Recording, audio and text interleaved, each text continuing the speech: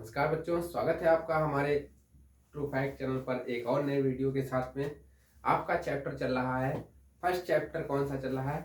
गुलाम का नियम। ठीक है, तो गुलाम का नियम जो आपका चैप्टर चल रहा है उसमें हम जो आपका ये लेक्चर लेके आए हैं, लेक्चर नंबर 4। ठीक है, लेक्चर नंबर 4 आपका चल रहा है। ठीक है, तो इसमें हम आपको आज पढ़ाने वाले हैं बहुल आवेशों के मध्य बल। मतलब यदि बहुत सारे आवेश हैं तो उनके मध्य कितना बल लगता है उसकी बात करेंगे। ठीक है, और अध्यारोपण के सिद्धांत की बात करने वाले हैं। ठीक है, तो इसको ध्यान से समझेंगे सभी बच्चे। टॉपिक वाइज टॉपिक हम जो है लगातार आपको वीडियो प्रोवाइड करा रहे हैं और धीरे धीरे आपकी पूरी फिजिक्स को हम खत्म करने वाले हैं। ठीक है, हर टॉपिक वाइज जो है हम चल रहे हैं और धीरे धीरे सारे टॉपिक्स को हम कवर करने वाले हैं। ठीक है बेटा, तो देखो यहाँ पे हमने एक आपका निकाय मान लिया है। निकाय का मतलब है इसके अंदर बहुत सारे आवेश रखे हुए हैं। ठीक है, तो एक तो आपका मेन आवेश है जिसको हमने क्या बोला है, Q0। क्या बोला है? Q0। ठीक है, इस Q0 के ऊपर कौन कौन बल लगा रहा है? इस Q0 के ऊपर आपके कौन कौन से सदिश बल लगा रहे हैं उनको देखो। इस Q0 के ऊपर एक तो बल लगा रहा है ये Q1 आवेश। ठीक है, इस Q0 के ऊपर आपका एक Q2 आवेश बल लगा रहा है इसके ऊपर। ठीक है, और एक Q3 लगा रहा है और एक Q4 लगा रहा है। ऐसे यहाँ पे चार नहीं बहुत सारे आवेश हैं। कितने हैं? बहुत सारे आवेश हैं। कितने होंगे? लगभग Qn। n का मतलब 1000, 2000, 3000, 5000 जो भी समझ लीजिए। ठीक है, बहुत सारे इसके अंदर आवेश भरे पड़े हुए हैं। ठीक है, और वह सारे आवेश किसके ऊपर बल लगा रहे हैं? इस Q0 के ऊपर बल लगा रहे हैं। ठीक है, तो पहले हम बात करेंगे अध्यारोपण का सिद्धांत क्या होता है। तो देखो मैंने हेडिंग लगा रखी है अध्यारोपण का सिद्धांत। कहेंगे इस सिद्धांत के अनुसार आवेशों के निकाय में स्थित किसी आवेश पर, आवेशों के निकाय में स्थित, देखो आवेशों का ये निकाय है Q1, Q2, Q3, Q4, बहुत सारे आवेश हैं तो इसे निकाय कहा जाएगा। ठीक है, तो आवेशों के निकाय में स्थित किसी एक आवेश पर, किसी एक आवेश भी लिख सकते हो। ठीक है, तो मैंने लिखा है किसी आवेश पर लगने वाला बल। तो किसके ऊपर लग रहे हैं? ये कौन सा किसी आवेश में से कौन सा आवेश है? Q0। ठीक है, तो इस Q0 के ऊपर आवेश पर लगने वाला बल अलग अलग आवेशों के द्वारा लगने वाले बलों के सदिश योग के बराबर होता है। ठीक है, तो इस Q0 आवेश पर जो है आपके कितने बल लग रहे हैं? Q1, Q2, Q3, Q4। तो इन सबका जो बल होगा वो किसके बराबर होगा? इसके बल के बराबर होगा। ठीक है, तो वही मैंने सूत्र भी लिख दिया आपका F0। मतलब F0 का जो बल होगा वो किसके बराबर होगा? इस आवेश पर लगने वाला बल, इस आवेश के कारण लगने वाला बल, इस आवेश के कारण लगने वाला बल, इस आवेश के कारण लगने वाला बल और इस आवेश के कारण लगने वाला बल सबके योग के बराबर हो जाएगा। सदिश योग के बराबर मतलब वेक्टर लगा देना है। ठीक है, यहाँ पे इसलिए मैंने लिखा है F0 वेक्टर F01। F01 का मतलब क्या है? 1 के कारण 0 पर लगने वाला बल, 1 के कारण 0 पर लगने वाला बल। ठीक है, F02 का मतलब 2 के कारण 0 पर लगने वाला बल, और F03 का मतलब 3 के कारण 0 पर लगने वाला बल, और F04 का मतलब 4 के कारण 0 पर लगने वाला बल, और इसी प्रकार डॉट डॉट डॉट n के कारण 0 पर लगने वाला बल। तो ये हो जाता है आपका अध्यारोपण सिद्धांत का फार्मूला। ठीक है, अब इसी हम प्रकार से अब हम क्या लिखेंगे? हम देख ज्ञात करेंगे कि Q1 के कारण कितना बल लग रहा है वो निकालेंगे, Q2 के कारण कितना लग रहा है वो निकालेंगे, और ये सारी वैल्यूज निकाल के फिर Qn के कारण कितना बल लग रहा है उनको सबको निकाल के इस फॉर्मूले में रख देंगे और आपका फॉर्मूला बन जाएगा अध्यारोपण का। ठीक है, तो अब हम लिखेंगे यहाँ पे क्या लिखेंगे? Q1 आवेश के कारण, Q1 आवेश के कारण, Q1 आवेश के कारण लगने वाला बल। ठीक है, तो Q1 आवेश के कारण कितना बल लग रहा है? Q1 आवेश के कारण लगने वाला बल कितना है? तो कहेंगे F01। F01 सदिश रूप में लिखने की आवश्यकता नहीं है। F01 इक्वल टू, ये तो सदिश योग इसके अध्यारोपण के सिद्धांत के अनुसार लिखा है। ठीक है, ठीक है बेटा, इक्वल टू कितना हो जाएगा? 1/4 pi epsilon not into Q1 कितना है? Q1 है तो Q1, और Q2 कितना है? Q0 है ना, और बटे में दूरी कितनी है? R10 का स्क्वायर होता है तो स्क्वायर लगा लेंगे। ठीक है, सदिश रूप में ही लिख लो इसको। ठीक है बेटा, ये हमने सदिश रूप में ही लिख दिया। ये F01 आ गया। ऐसे ही F Q2 के कारण निकालो। Q2 आवेश के कारण लगने वाला बल, Q2 आवेश के कारण लगने वाला बल, तो Q2 आवेश के कारण लगने वाला बल निकालने तो कितना होगा? F0 चल तो रही है, F02 इक्वल टू कितना हो जाएगा? 1/4 pi epsilon not into Q1 into, यहाँ Q1 नहीं, यहाँ कितना है? Q2 है। ठीक है, इसके कारण निकाले Q2 और Q0 बटे में दूरी कितनी है? R02 का वेक्टर। ठीक है, R02 का वेक्टर। हमने Q1 के कारण निकाल लिया, Q2 के निकाल लिया, अब ऐसे Q3 के कारण भी निकालेंगे, Q4 के कारण निकालेंगे, तो इससे बढ़िया N के कारण निकाल लो ना सीधे, काहे इतना बड़ा करो, है ना। तो अब डायरेक्ट लिखेंगे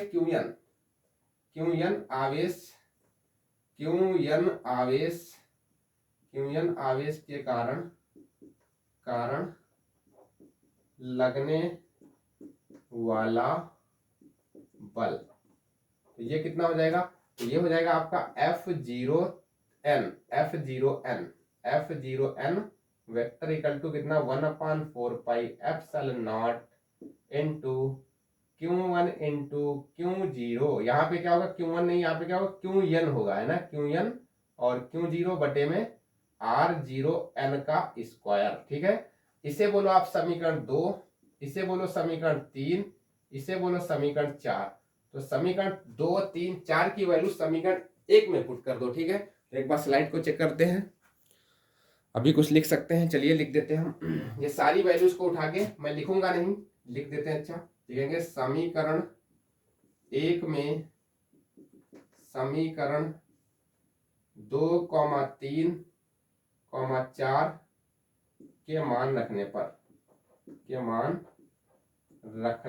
ठीक है, तो ये सारी वैल्यूज उठा के इस इक्वेशन में रख दो, 1 में रख दो। ठीक है, तो रखते हैं भाई, देखो जरा ध्यान से, तो क्या बनेगा F0 इक्वल टू ये वाली वैल्यू यहाँ पे पुट करो इसकी जगह पे, तो कितना हो जाएगा 1/4πε0 इंटू Q1 इंटू Q0 बटे में R01 का स्क्वायर। ठीक है, वेक्टर रूप में, प्लस फिर कितना आया है 1/4πε0 इंटू Q2 इंटू Q0 बटे में R02 का स्क्वायर, और plus 1/4πε0 into Qn into Q0 बटे में R0n का स्क्वायर। ठीक है, और यहाँ भी स्क्वायर। ठीक बेटा, तो इसे चाहो तो ऐसे ही छोड़ सकते हो अभी, या बीजगणितीय रूप लगाना चाहो तो सिग्मा भी लगा सकते हो।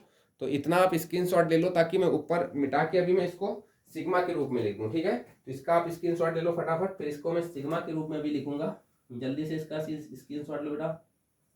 और ये वेक्टर रूप में लिख रहे थे, तो सबके साथ में आप यहाँ पे आर कैप नहीं लगाए हो, गलती कर दी हो। यहाँ पे वेक्टर रूप में जब लिखेंगे तो कैप भी लगाएंगे, है ना, यहाँ कैप भी लगा लो भाई। इंटू कितना हो जाएगा, यहाँ पे किसके कारण है, ये R01 के कारण, तो R01 का कैप, यहाँ R02 का कैप, यहाँ R0n का कैप। ठीक है, ये गलती मत करना, सदिश रूप में सब कुछ पूरा नियम से लगाएंगे। ठीक है, अभी इसके पहले वाले लेक्चर में मैंने आपको पढ़ाया था ये चीजें। ठीक है, तो यहाँ भी हर जगह क्या लगा देंगे, कैप लगा देंगे। यहाँ भी हर जगह क्या लगा देंगे, कैप लगा देंगे। R01 का कैप, यहाँ R02 का कैप, और यहाँ R0n का कैप। ठीक है, ये बन गया है। और डाट डाट भी लगा सकते हैं, अभी खत्म नहीं हुआ है, हमने n का कर दिया। ठीक है, कोई दिक्कत नहीं है। ठीक बेटा, तो अब इसको आप और एक तरह से लिख सकते हैं, मैं ऊपर मिटा के कर रहा हूँ इसको। आप इसको जो है इतना बड़ा ना लिख के छोटा सा लिखना चाहें तो छोटा सा कैसे लिखेंगे, सदिश रूप जो है, जैसे आप कक्षा 10 में पढ़े थे, वो क्या नाम, समांतर माध्य वाला चैप्टर। ठीक है, तो उसमें जो है बड़ा सा फॉर्मूला ना लिख के माध्य का छोटा सा लिखते थे। कैसे लिखते थे उस चीज को देखो जरा ध्यान से, कैसे लिखेंगे इसको छोटा सा। ठीक है, तो कहेंगे F0 वेक्टर इक्वल टू, इसको हम लिख सकते हैं 1/4πε0, ये तो सबका सेम है। ठीक है, पूरे से कॉमन ले लिया, 1/4πε0 को हमने पूरे से क्या किया, कॉमन ले लिया। ठीक है बेटा, इस चीज को हमने पूरे से ले लिया कॉमन। ठीक, तो जब हम पूरे से कॉमन ले लेंगे, पूरे से ले लो कॉमन इस चीज को जब हमने पूरे से कॉमन ले लिया, तो अंदर क्या बचा, आप देखो अंदर क्या बचा है, अंदर बचा है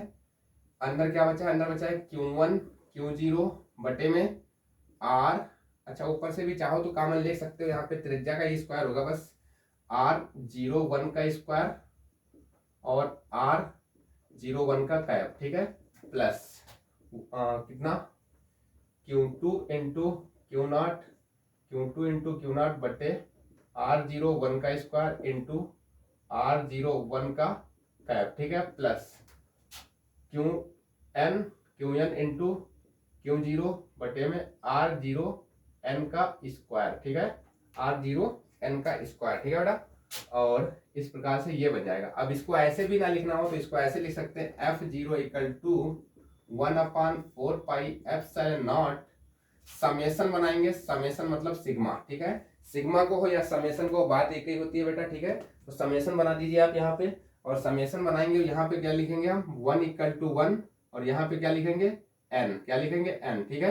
यहाँ पे क्या लिखेंगे, एक बार स्लाइड को चेक करना पड़ेगा भाई, कट तो नहीं रहा है ऊपर, ठीक, ऊपर तो कुछ नहीं कट रहा है। बड़ी समस्या होती है स्पेस वाली, है ना। स्लाइड को बार बार चेक करो, यही तो सबसे बड़ी समस्या है इसमें, बाकी कोई दिक्कत नहीं है। स्लाइड को चेक नहीं करेंगे तो कट गया तो भैया फिर बाद में ना आप ही लोग कहेंगे ये क्या है, ठीक है। तो यहाँ पे हम क्या लिखेंगे इसको i = 1, ठीक है, और ऊपर n, ठीक है। n की वैल्यू हम जो नेचुरल नंबर है जैसे जैसे चाहेंगे वैसे बढ़ाते रहेंगे, ठीक है। और इंटू में क्या बनेगा आपका, इंटू में कितना बन जाएगा, इंटू में कितना बन जाएगा, इंटू में क्या बचा है, दूरी बची है शायद, है ना। इंटू में सिर्फ दूरी ही तो बची है ना बेटा। इंटू में क्या बची है, सिर्फ दूरी ही बची है ना, बाकी तो सब आगे है ना। इसको हम क्या लिखेंगे क्यू आई बटे में Q01 और इंटू में R0N का कैप, ठीक है। तो इसको चाहो तो ऐसे लिख सकते हो, बाकी ऐसे में ज्यादा दिक्कत मत लो, ऐसे लिखने में ज्यादा परेशान मत होना। फर्स्ट जो आपका सवाल होगा वो इसी सूत्र से लगेगा, ठीक है। जब एक से अधिक आवेश आपके दिए होंगे, मतलब एक से क्या, दो से अधिक, ठीक है, तो फिर उसमें अध्यारोपण का सिद्धांत लगाना पड़ेगा। तो फिर हम ये फॉर्मूला लगाएंगे, इसमें ज्यादा टेंशन ना लो, इसको आपको याद करने की आवश्यकता नहीं है, आप याद यही कीजिए। मगर मैंने लिख के दिखाना जरूरी था कि इसको जो है ऐसे भी लिखा जा सकता है, ठीक है बेटा। तो आपका ये लेक्चर भी कंप्लीट होता है। नमस्कार बच्चों, और आप बताएंगे कि हमारे लेक्चर्स आपको कैसे लग रहे हैं, अच्छे लग रहे हैं तो कमेंट करके सभी बच्चे बताना। तो ऐसे ही आपके जो है रोज लेक्चर एक एक आता रहेगा, ठीक है बेटा।